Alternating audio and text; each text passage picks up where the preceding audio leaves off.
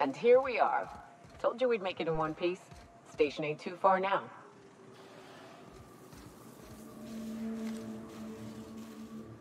Hey you! Get over here! There are marauders up ahead! Marauders hide. Oh no.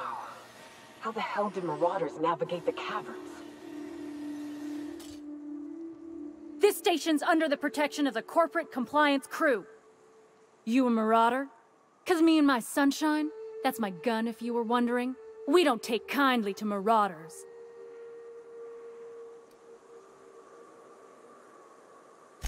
Is that a trick question?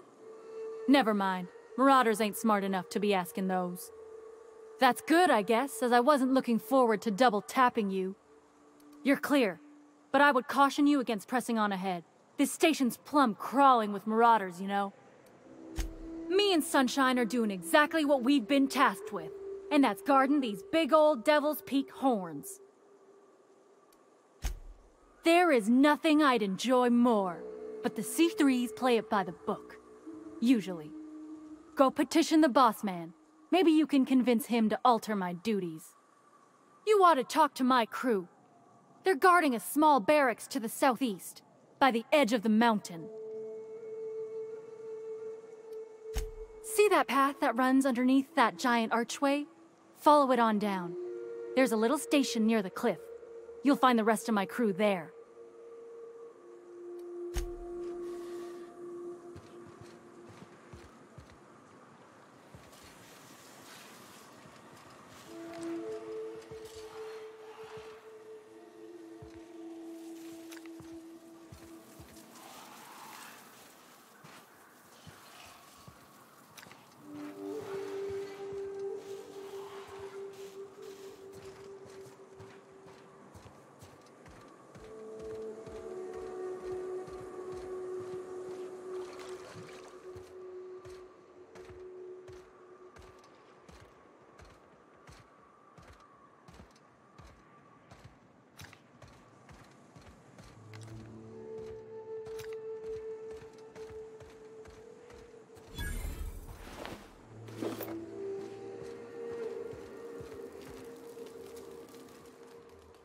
Hey, Mannequin Slayer! Glad you made it in one piece. After all, not everyone's so lucky. Meet my corporate compliance crew. Then check out our weapons locker inside. I reckon you'll find something you like. Then we call it even between us.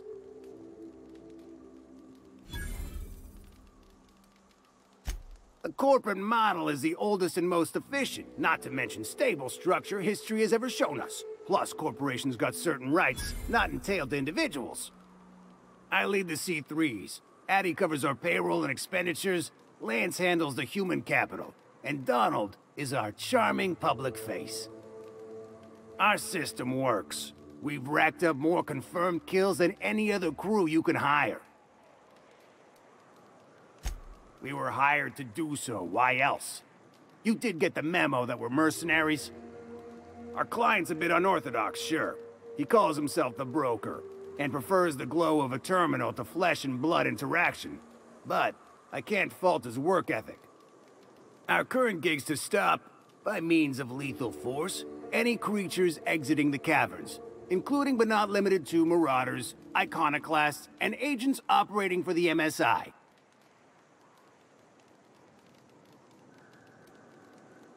You drive a hard bargain, Mannequin Slayer. It don't make much financial sense for C3 to expend resources on any killing beyond the contract stipulations. As the Marauders didn't enter from the caves, the requirements are murky. At the same time, we do want to keep our client alive, until the payment's cleared.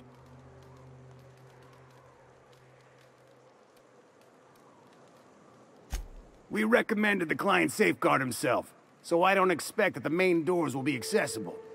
Find a way to open them, and we'll clear any hostiles on the inside. I'd best radio ahead for Joy and Hudson to prep for us. They'll be at the station entrance, ready with our finest auto mechanicals to assist you. C3s, prepare to move out.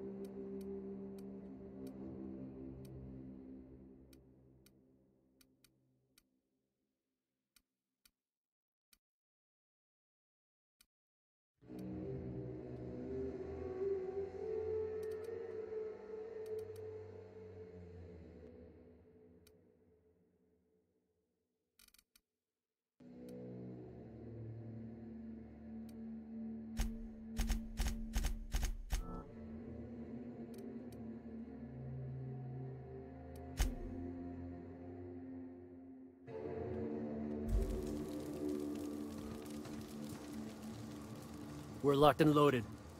Join Hudson when you're Thank coming. the architect! We'll back you Bertolt's in the back. frontal assault on Devil's Peak. Got a problem? Maybe I can help.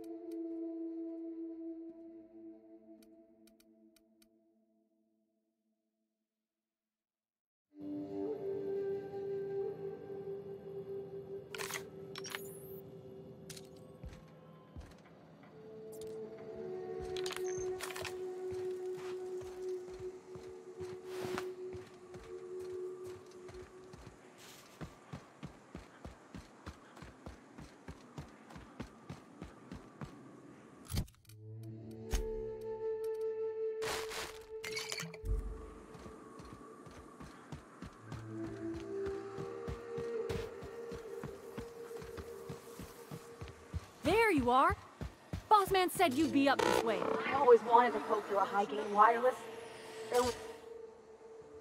Fox radioed ahead. Said I'm to follow you. Provide whatever support you need.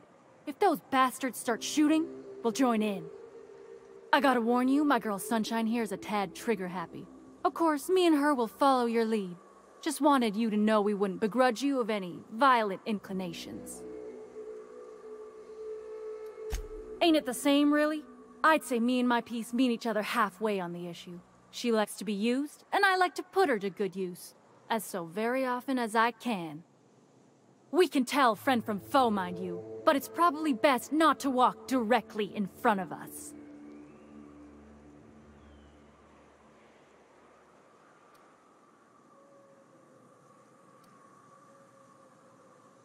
You're A-okay, stranger. Hear that, Hudson? It's payday.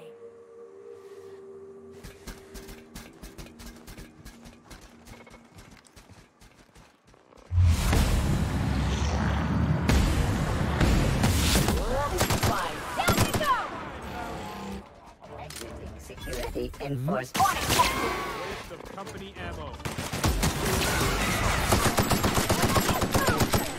Security patrol. You're right, dissident.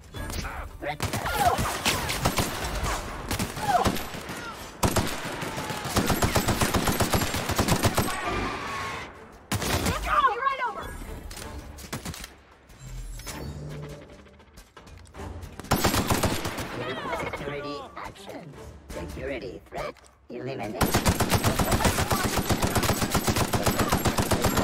Await reduction.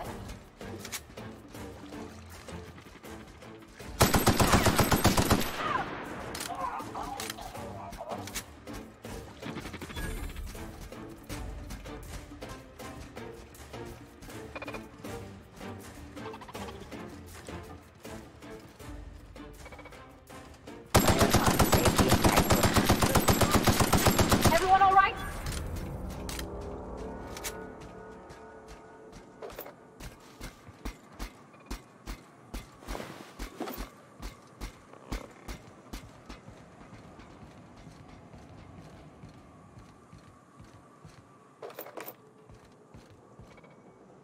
Well, we ain't responsible for the interior, so I guess you get to party without us. Good luck, stranger. The fighting ain't gonna get easier on the inside. Best hurry before the Marauders regroup. We'll keep watch out here.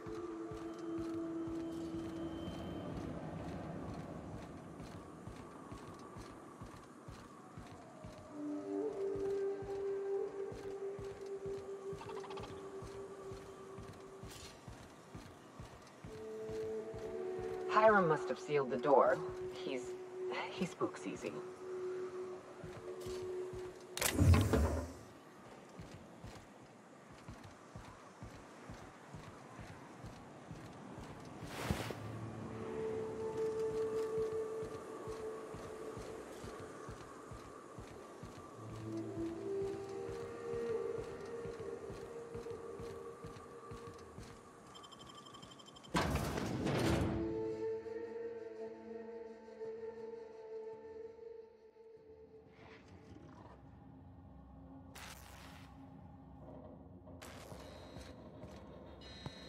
You may not realize this, being as you're an outsider, but the blaring alarms indicate the station's on lockdown.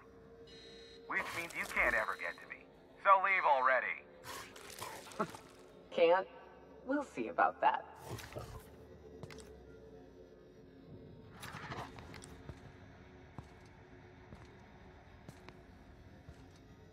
Be right there. Oh my God! Good score, Cap!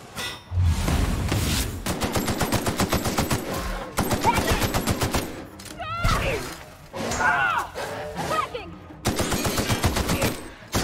That's the last of them.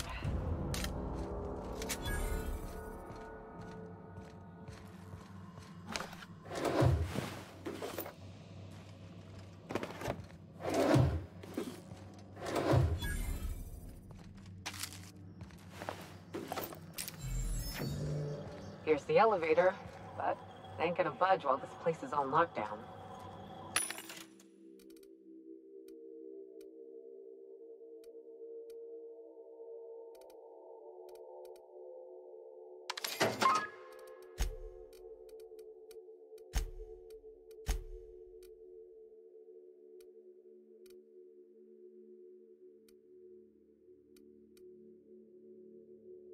Guess we keep moving forward.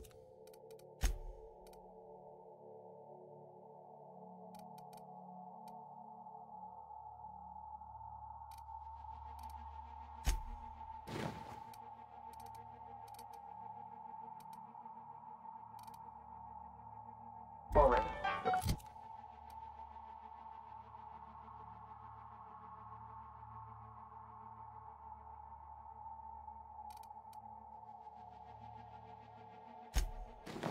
For another way up.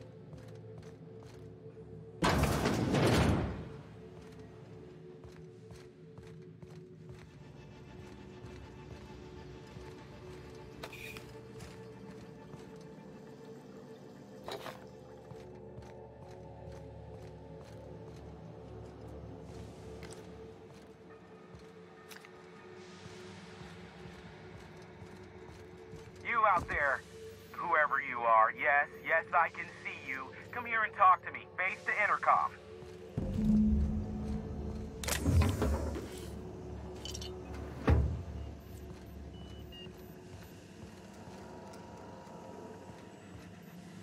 I can't tell if you're brave or simply touched in the head. What in the galaxy are you doing sniffing around my station? Unless you are, in fact, trying to suicide by Marauder? And you, Nyoka, what are you doing lugging a stranger into my station? You could use the socialization, you son of a bitch. Also, he hired me. To what purpose? I happen to have some significant problems I am dealing with right now. Marauders, running out of purple berry wine 3 days ago, not being able to bloody broadcast.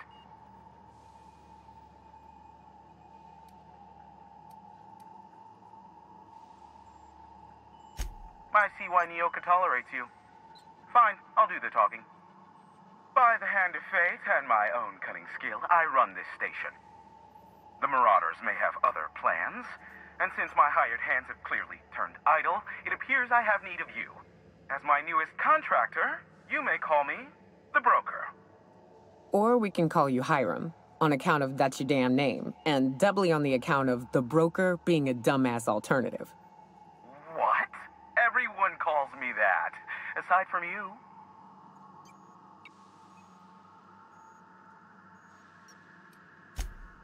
Oh, now they'll take action. It's about time, I tell you. I'm up to my neck in Marauders in here, which, by the by, they were supposed to prevent. I barricaded the broadcast center, but I can only hold out for so long. Clear the Marauders out, and I'll pay you double the going rate. They destroy the transmission equipment, and I'll be out of business. The elevator and doors to the second floor are back online. Hurry before I have to lock them down again. many, considering I hired a bunch of no-good mercs to keep them out in the first place. Already, they've caused considerable damage to the station's property. If they take down the broadcast equipment, I'll be out of a job, permanently. Aside from the bits I'll be paying you, I trade in secrets, valuable ones for my vocation. I'm sure you can come up with something you might like to ask me about in person once I'm safe.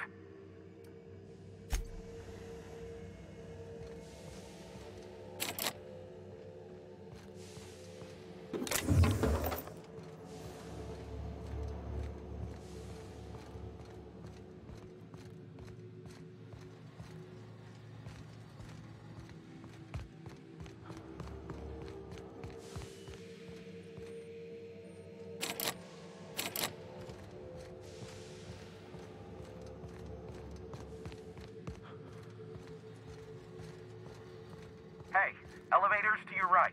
Get ready. C3's entering through the main doors as we speak. About damn time.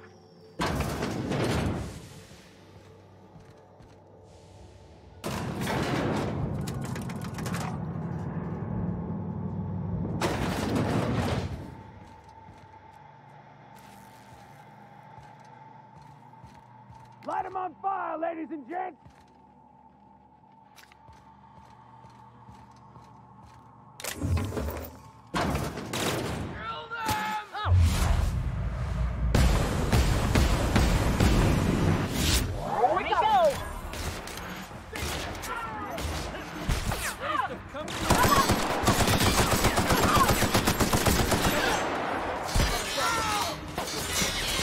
Libations on me, folks. Waste of company ammo.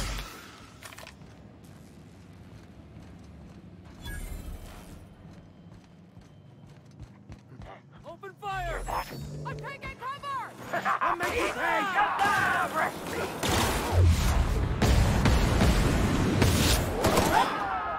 You got it, Captain!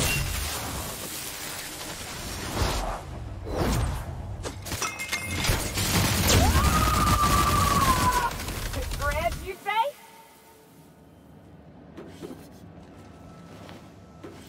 That's the last of them, I think.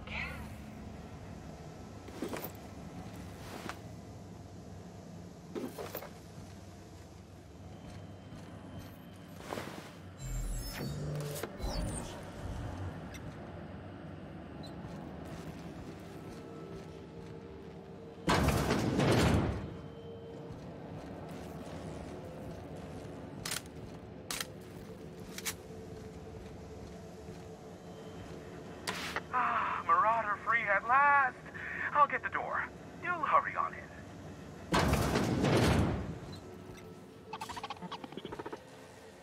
Never thought I'd be ecstatic at having the walls painted in blood, but seeing as it's not mine, I'd say this calls for a celebration.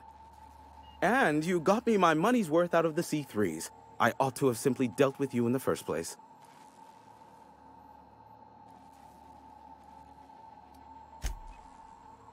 Yes, I believe I do. This ought to square our debt. One hefty payment for a highly valued service rendered. But, I admit, I do wonder why Nyoka has brought you to me. Allow me to pose my question in another manner. Why, in the nebula, are you here?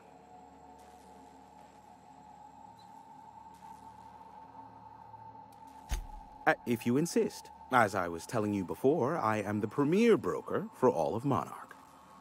Phineas must have sent you. He's the only one insane enough to send someone to Monarch to rush me. I knew it was only a matter of time before he came a-knocking. Look, I might be late, but I fulfill my contracts, always. Oh, you do you? I have lost track of the number of beers you owe me for chasing raptidons off your stoop. Are you fibbing? Be honest. I take offense to that. Look, okay. Just, it might take me a while this time. Caring or not won't change the facts of the matter. I am awaiting but a single incoming transmission containing the information we desire. But MSI and the Iconoclasts are clogging the airwaves from Stellar Bay and Amber Heights. In their war against each other, they're scrambling each other's outgoing transmissions. Luckily, however, the iconoclasts have now gone silent. You wouldn't know anything about that, would you?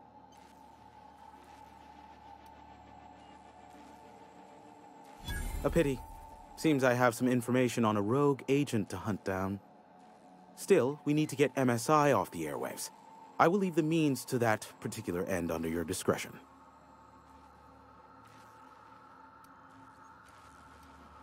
Exactly what I was thinking.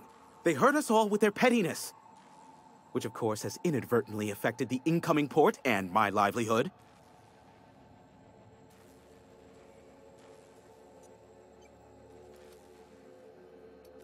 Graham and his iconoclasts believe anarchy is the way of life. Sanjar opposes it, as he's taking strides to corporatize Stellar Bay.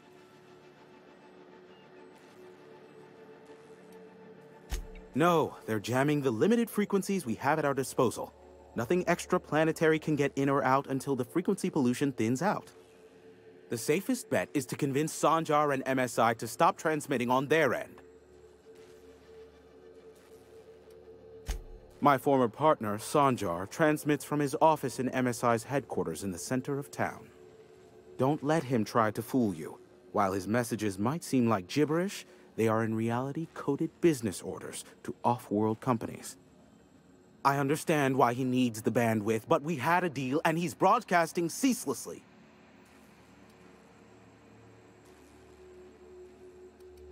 Do what you like. Just don't tell me about it after. I enjoy sleeping at night. Is that a trick question? Because to answer it, you'd need to pay me. Of course, I could offer you a vastly more interesting bit of data instead. Try me. Ask me anything you'd like. I'll even offer it for free. We'll call it an exchange for your help with the broadcasts. Ask me what you will.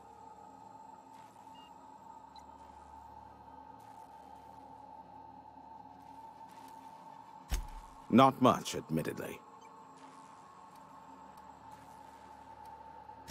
Phineas has been in hiding for the past 35 years. He got in touch with Nyoka first, who I use as a physical go-between. The rest is history. As far as what's between us, I mean. Outside of that, well, that's a raptidon of another color. I do know this much. There is a sharper side to the good scientist than you'd expect. If allegations are to be believed, the experiments he conducts for the greater good are in fact treasonous and for self-gain. I am not convinced as to the validity of these allegations, considering the source, but I am also not unconvinced either. Luckily for you, I am a veritable font of information. There are so many members. Do specify. If you try to cite me on this, I will deny, deny, deny. Do you understand? What I am about to reveal is the sort of information that gets a body disappeared. MSI's ownership of Monarch is technically legal, but it would give MSI too much power on the board to grant them such status.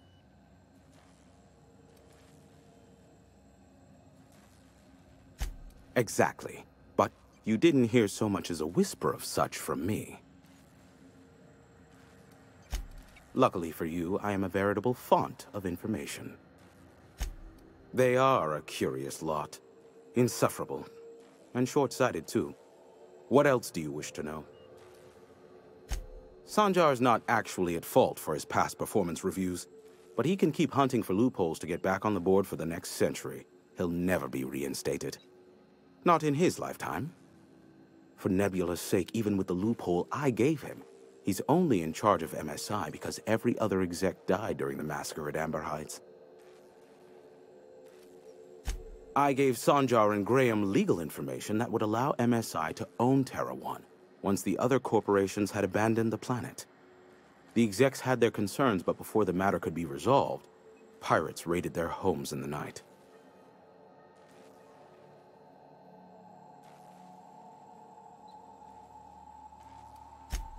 Some say Graham suffers from nightmares that leave him sweat-drenched and screaming. I would assume it stems from the friends and family he lost in Amber Heights all those years ago. You mean between MSI, the Iconoclasts, and myself? I bet neither of those megalomaniacs told you I was the true mastermind behind Monarch. Back when the colony was still Terra 1 and corporations were abandoning us left and right, I'm the one who approached Sanjar and Graham with the means to our salvation. I offered them a legal way to take control of the planet. If MSI were the only corporation here, they could claim sole ownership.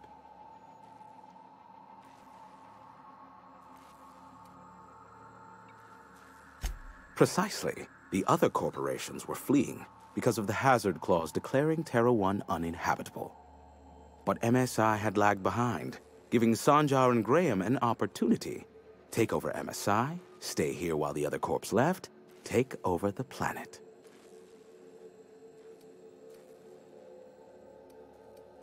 Even then, I plied my trade as an information broker, albeit in a smaller capacity. Of course, I demanded an exchange for the data. Thus, the bargain was struck. They could run MSI while I would operate Devil's Peak Station. Unfortunately, relations have soured over time. Competing ideologies. Graham believes Sanjar has become corrupted by the corporate lifestyle, that he is now similar to the original corporate executives they sought to reform. And Sanjar has learned the hard way that Graham is quite morally gray. Luckily for you, I am a veritable font of information. What? No. Why would I go out of my way to intercept messages from Earth? There's no market for them. No buyer means it's not worth my time. Now, if you wanted me to intercept a certain one, that might be worth it for the right price. How low you seemingly regard my trade. I may have a secret for you. How low you seemingly regard my trade. Sure, you know where to find me if you need me.